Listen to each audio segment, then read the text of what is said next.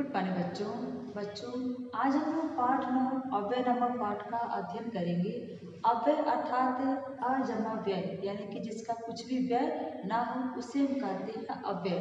आइए देखते हैं, जिन शब्दों में किसी भी लिंग, वचन, कारक एवं काल का के कारण परिवर्तन ना हो उसे हम कहते हैं अव्यय। जैसे यहाँ पे देखिए, मैंने लिखा कि राम धीरे धीरे चलता है। यहाँ पे बच्चे देखिए धीरे धीरे एक शब्द है, यानी कि ये अव्यय शब्द है। तो यहाँ पर हम देखिए राम के साथ हम प्रयोग किए, यानी कि राम एक कर्ता है, पुल्लिंग है। पुल्लिंग के साथ इसको हम प्रयोग किए कि राम धीरे धीरे चलता है, या देखिए पुल्लिंग के अनुसार एक क्रिया भी है। लेकिन ये धीरे धीरे आप देखिए ये अव्यय है, इसमें कोई परिवर्तन नहीं होगा। यहाँ पे दोबारा इसको दूसरे से देखते हैं, यहाँ पे उसी धीरे धीरे को हम लता यानी कि स्त्रीलिंग के साथ प्रयोग किया है, जो इसके अनुसार क्रिया चलती है। देखिए ये धीरे धीरे चाहे पुल्लिंग हो, चाहे स्त्रीलिंग हो, चाहे एक वचन हो, चाहे बहुवचन हो, इसमें कोई परिवर्तन नहीं होगा। तो इसीलिए ऐसे शब्दों को, जिन शब्दों में किसी लिंग, वचन या कारक के कारण कोई परिवर्तन ना हो उसे कहते हैं अव्यय।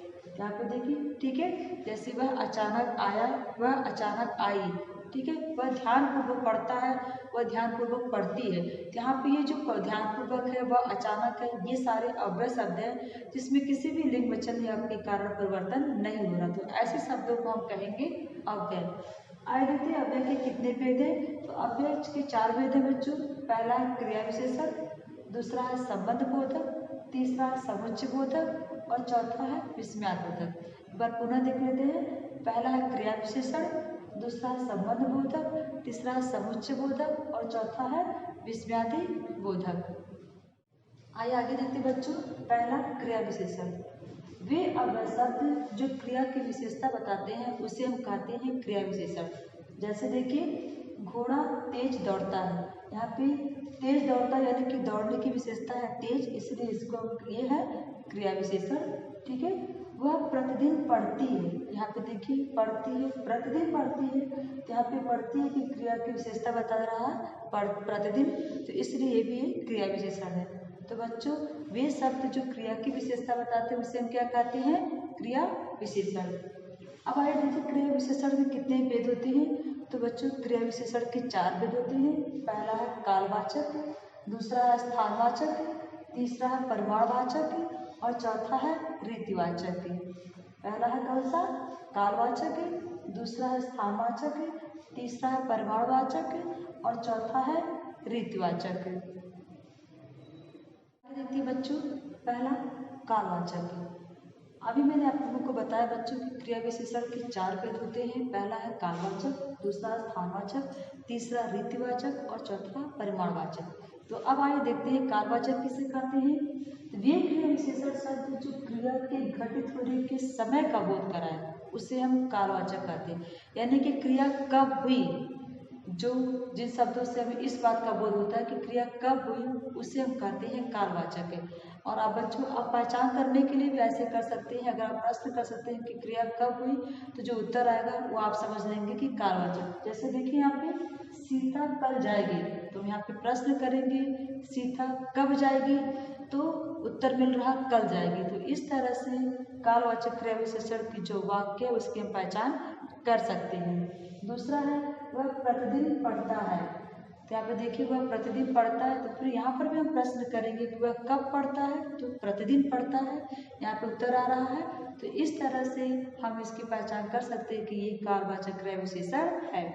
दूसरा है स्थानवाचक क्रिया विशेषण, यानी कि वे क्रिया विशेषण शब्द जो क्रिया के घटित होने के स्थान का बोध कराए, यानी कि जगह का बोध कराए कि कहाँ पर क्रिया हो रही है, उसे हम कहते हैं स्थानवाचक क्रिया विशेषण। जैसे सुनील नीचे बैठा है, तो इस कहाँ बैठा है? नीचे बैठा है।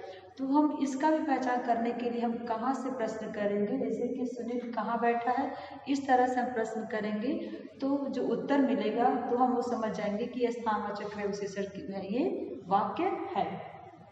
जैसे उधर मत जाओ, तो कहाँ मत जाओ? उधर मत जाओ। तो इस तरह से हम कहाँ लगा करके बच्चों जब हम प्रश्न करेंगे तो इस तरह से उत्तर मिल जाएगा, ठीक है। आप देखिए पहला कालवाचक है, दूसरा स्थानवाचक है। तो कालवाचक में कब लगा करके हम प्रश्न करेंगे और स्थानवाचक में कहाँ लगा करके प्रश्न करेंगे, तो जो उत्तर आएगा वो समझ लीजिएगा आप जो है ये स्थानवाचक क्रिया विशेषण है और ये कब लगा करके जब हम प्रश्न करेंगे जो उत्तर आएगा तो वो होगा कालवाचक। आगे देखते बच्चों, तीसरा रीतिवाचक क्रिया विशेषण। वे क्रिया विशेषण जो क्रिया की घटित होने की विधि या रीति बताए यानी कि ढंग बताएं कि क्रिया कैसे हो रही है, उसे हम कहते हैं रीतिवाचक क्रिया विशेषण। जैसे देखिए, रमा धीरे धीरे चलती है, तो यहाँ पे हम प्रश्न करेंगे कि रमा कैसे चलती है, तो रमा धीरे धीरे चलती है, यानी कि यहाँ चलने के ढंग यानी कि विधि के बारे में बताया जा रहा है, तो इसलिए इसको हम कहेंगे रीतिवाचक क्रिया विशेषण। वह पैदल चलता है, तो वह कैसे चलता है, वह पैदल चलता है। तो इस तरह से हम प्रश्न करेंगे कि कैसे, यहाँ पे रीतिवाचक क्रिया विशेषण की पहचान करने के लिए हम कैसे लगा करके प्रश्न करेंगे, तो जो उत्तर आएगा वह रीतिवाचक क्रिया विशेषण के वाक्य होंगे। आगे है परिमाणवाचक क्रिया विशेषण। वे क्रिया विशेषण शब्द जो क्रिया के परिणाम अथवा मात्रा का बोध कराए, उससे हम कहते हैं परिमाणवाचक क्रिया विशेषण। जैसे वह खूब पढ़ता है, कितना पढ़ता है, तो खूब पढ़ता है, तो यहाँ पे बच्चों कितना लगा करके प्रश्न करेंगे, तो वह वाक्य जो है परिमाणवाचक क्रिया विशेषण होगा।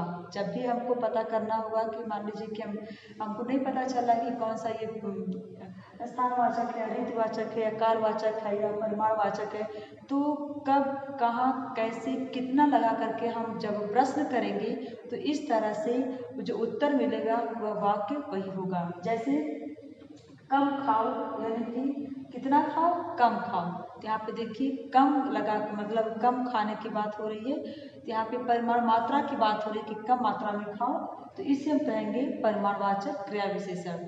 एक बार पुनः बता दें बच्चों, जब कालवाचक वाक्य की पहचान करेंगे आप, तो वहाँ पे कब का प्रयोग करके प्रश्न करेंगे, तो जो उत्तर आएगा वो कालवाचक होगा।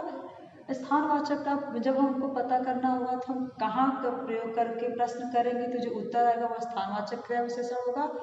रीतिवाचक क्रिया विशेषण की पहचान करने के लिए हम कैसे लगा करके प्रश्न करेंगे, तो जो उत्तर आएगा वह रीतिवाचक होगा।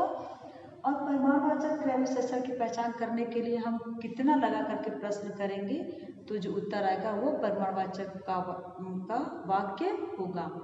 तो बच्चों, आप लोग का ये क्रिया विशेषण समाप्त हुआ। अब आगे आप लोगों को हम संबंध बोधक किसे कहते हैं, समुच्चय बोधक किसे कहते हैं और विस्मय बोधक किसे कहते हैं के बारे में चर्चा करेंगे।